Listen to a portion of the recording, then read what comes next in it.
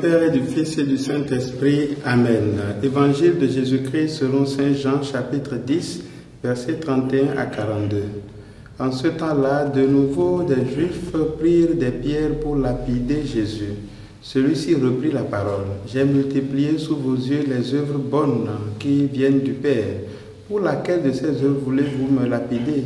Il lui répondit, « Ce n'est pas pour une bonne œuvre que nous voulons te lapider, mais c'est pour un blasphème. Tu n'es qu'un homme et tu te fais Dieu. » Jésus leur répliqua, « N'est-il pas écrit dans votre loi, j'ai dit, vous êtes des dieux ?» Elle les appelle donc des dieux, ceux à qui la parole de Dieu s'adressait, et l'écriture ne peut pas être abolie.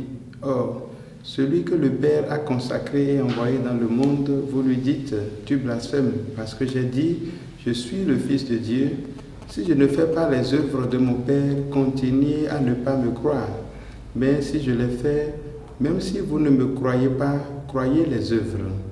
Ainsi, vous reconnaîtrez, et de plus en plus, que le Père est en moi et moi dans le Père. Eux cherchaient de nouveau à l'arrêter, mais il échappa à leurs mains. Il repartit de l'autre côté du Jourdain, à l'endroit où, au début, Jean baptisait, et il y demeura. Beaucoup vinrent à lui en déclarant, « Jean n'a pas accompli de signe, mais tout ce que Jean a dit de celui-ci était vrai. » Et là, beaucoup crurent en lui.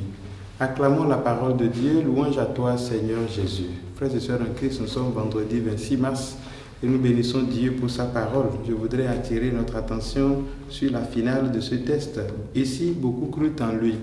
Et avant-hier, c'était pareil. Là où tout ceci se passait, beaucoup crurent en lui. J'attire notre attention parce qu'au milieu des tumultes, au milieu des difficultés, au milieu du combat, au milieu du bras de fer entre les Juifs et Jésus, il y a toujours des gens qui croient en lui. Il faut que ce soit toi et moi, ces personnes-là capables, au milieu des difficultés, de croire en Jésus, d'accepter sa parole. Aujourd'hui, le texte commence en disant, de nouveau, on prend encore des pierres pour lapider Jésus. Ça veut dire que ce n'est pas pour la première fois. Ils ont déjà essayé plusieurs fois et cette fois-ci, ils veulent encore le faire. Et Jésus prend la parole et il répond. Les autres occasions, on ne voit pas Jésus répondre. On dit par exemple, lorsque Jésus a fini de proclamer la parole dans la synagogue, on le poussait et on est prêt à le lapider, mais il a fait son chemin et il les a laissés. Aujourd'hui, il parle. Il dit, mais en fait, de toutes les œuvres que j'ai faites devant vous, pour laquelle vous voulez me lapider? Et à eux de répondre, non, ce n'est pas à cause des œuvres, mais c'est parce que tu blasphèmes. Donc nous voulons appliquer la loi. Mes frères et sœurs, quelle est cette loi qu'on applique qui puisse aller jusqu'à tuer quelqu'un? Voilà la question. Je voudrais nous dire aujourd'hui, plus que jamais, que nul n'est obligé d'appliquer une loi qui est injuste. Nul n'est obligé d'appliquer une loi qui est injuste. Que la loi soit promulguée par un État, ou par une culture, ou par une religion, nul n'est obligé d'appliquer une loi qui est injuste, une loi qui ôte la vie aux gens, une loi qui pourrait diminuer les personnes jusqu'à les mettre sur la croix. Et voilà ce qu'ils ont voulu faire. Ils ont voulu lapider Jésus en l'application d'une loi, en oubliant que la loi la plus grande, c'est celle de l'amour. Il s'agit d'aimer Dieu et d'aimer son prochain. Au milieu donc de cela, Jésus engage ce débat-là avec eux. Pourquoi vous voulez me lapider? Parce que tu as dit que tu es fils de Dieu. Est-ce que le fait d'être fils de Dieu est suffisant pour lapider quelqu'un? Selon la loi que ces gens-là disent oui. Mais c'est dans la même parole de Dieu que Jésus leur lit un texte qui contredit ce qu'ils sont en train de dire. C'est aussi pour nous dire que la Bible que nous avons dans notre main, la parole de Dieu que nous avons dans notre main, n'est pas faite pour nous accuser les uns les autres. Parce que si nous voulons y chercher des raisons pour nous accuser, nous allons trouver.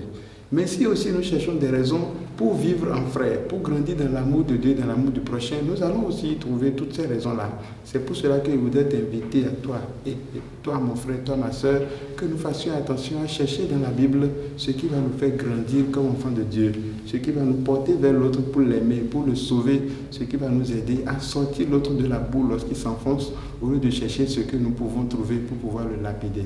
Que le Seigneur donc nous aide à transformer toutes ces pierres que nous avons dans nos mains en pain que nous allons partager avec les autres. Toutes ces pierres que nous avons dans nos mains en amour que nous allons donner aux autres.